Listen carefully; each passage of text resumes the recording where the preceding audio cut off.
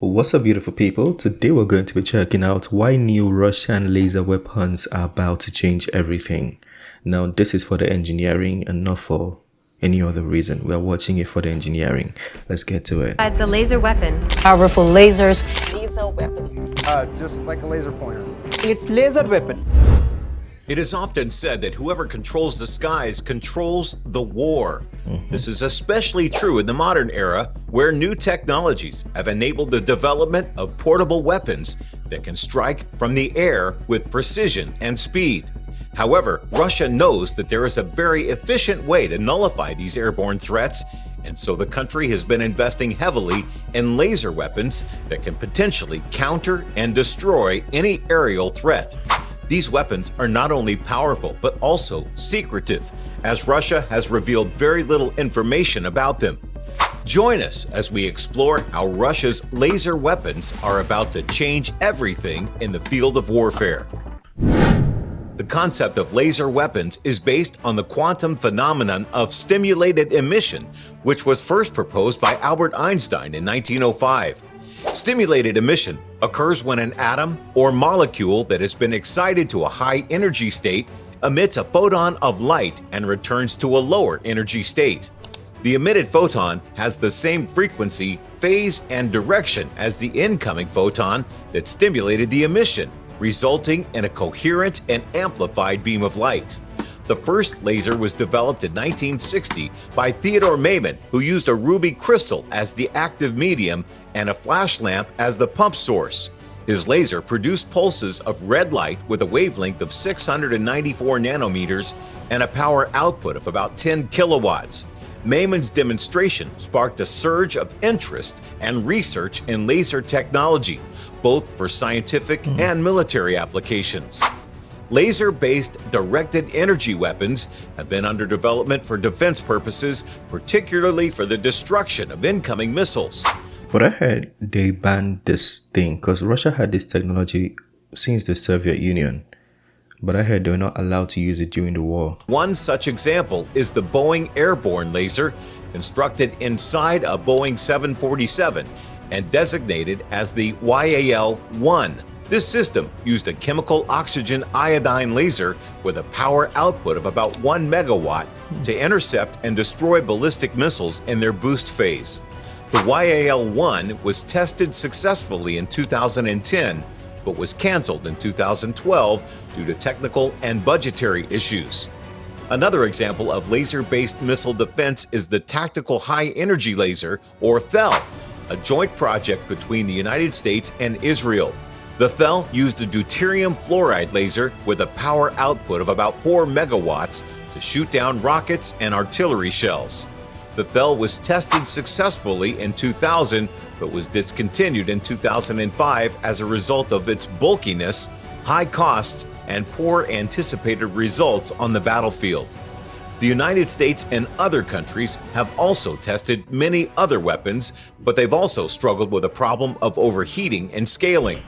However, it looks like Russia has been developing new laser weapons behind the scenes, and these weapons overcome the problems of overheating and scaling, and it certainly has motivation, especially with what's happening in Ukraine.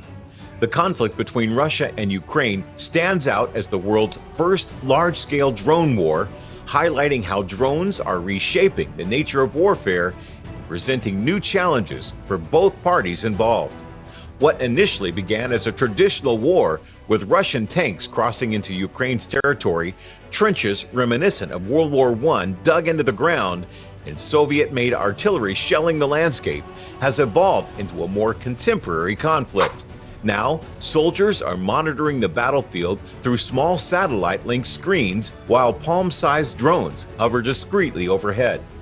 This modern conflict features hundreds of reconnaissance and attack drones operating in Ukrainian skies each day. The initial land grab, resembling tactics of the 18th century emperor, has transitioned into a competition for technological supremacy in the digital age, a turning point that will be noted in military history. In previous conflicts, drones were typically employed by one side in relatively uncontested airspace to locate and strike targets, such as in U.S. operations in Afghanistan and the Middle East. However, in the current struggle between Russia and Ukraine, drones play an integral role in every aspect of the battle. Both sides have extensive drone fleets, along with air defenses and jamming systems. This war is primarily fought from a distance, often spanning miles, and drones play a pivotal role in bridging that gap. They provide Russia and Ukraine with the capability to observe and engage each other without ever coming into close proximity. These relatively cheap drones, armed with explosives, can destroy multi-million-dollar tanks in one strike, and this is why lasers need to be developed. The press office of Russ Electronics Holding Company, a subsidiary of the state-owned technology firm Rostec, has announced an enhancement for the Lisva mine-clearing vehicle. This But what implication does it have in the atmosphere, though? upgrade involves equipping it with a more powerful microwave gun to more effectively neutralize modern mines that contain semiconductor electronics. This information was disclosed to TASS on August 17th during the Army 2023 forum. The Research Institute of Measuring Instruments, Comintern Novosibirsk Plant Research and Production Association, along with the Cascade Instrument Plant, both under Russ Electronics, have conducted separate engineering assessments for improving the microwave unit of the remotely controlled Lisva mine-clearing vehicle. By modernizing the microwave equipment, the emitted signal's power flux density will be boosted to approximately 10 watts per square centimeter at a range of 50 to 80 meters. The press office said this will increase the probability of critically damaging and knocking out both previously used improvised explosives and modern IEDs containing semiconductor electronic elements. Microwave weapons, also known as directed energy weapons or DEWs, have been well documented in their use in Russia. These weapons operate by concentrating electromagnetic radiation onto a specific target, converting power from a source like a military vehicle's engine into radiated energy. Doesn't it deplete the ozone layer? Because this is a lot of energy and power being sent to the atmosphere. Primary purpose of high-powered microwaves in DEWs is to disrupt or damage machinery, especially electronics, while avoiding harm to individuals in close proximity. This is why several advanced military forces globally, including the United States and China, are increasingly investing in and employing DEWs. They offer advantages such as cost-effectiveness, precision, and minimal collateral damage. The newly upgraded microwave gun is expected to excel in countering mines equipped with semiconductor components. There have been reports of Ukraine deploying rockets containing scatterable anti-tank mines that utilize magnetic influence fuses against Russian formations. In the process of upgrading and installing the microwave gun, Russ Electronics experts are exploring the possibility of transitioning to a direct drive system for the rotational support mechanism of the microwave unit. This adjustment aims to enhance the precision of the radiating antenna's positioning, guided by azimuth measurements. The press office has also revealed plans to enhance the jamming station by introducing a more advanced and higher capacity unit featuring a bandwidth of up to 6,000 megahertz. Additionally, they intend to equip the Lisva remotely controlled mine-clearing vehicle with an automated video surveillance system. This development arises in response to the escalating issue of improvised explosive devices and mines affecting both sides in their efforts to impede enemy advances and gain time to respond. In anticipation of a potential Ukrainian counteroffensive, Russia has strategically placed anti-tank mines and IEDs across the front lines. Multiple Russian tanks have suffered devastating blows when inadvertently triggering these mines. In some instances, these incidents became the subject of mockery on social media as videos surfaced showing Russian tanks moving in formation, repeatedly encountering the same mines at the same location in quick succession. Also, in 2018, Putin unveiled Peresvet. It's one of the 6 new Russian strategic weapons that Putin claimed would give Russia an edge over its adversaries. In his own words, "We have achieved significant progress in laser weapons. It is not just a concept or a plan anymore. It is not even in the early production stages. Since last year, our troops have been armed with laser weapons. I do not want to reveal more details. It is not the time yet, but experts will understand that with such weaponry, Russia's defense capacity has multiplied. Deputy Prime Minister Yuri Borisov has also reported a recent successful test where a laser was able to destroy a drone located 5 kilometers away, which is approximately Wow, 3 that's miles, far. within just 5 seconds.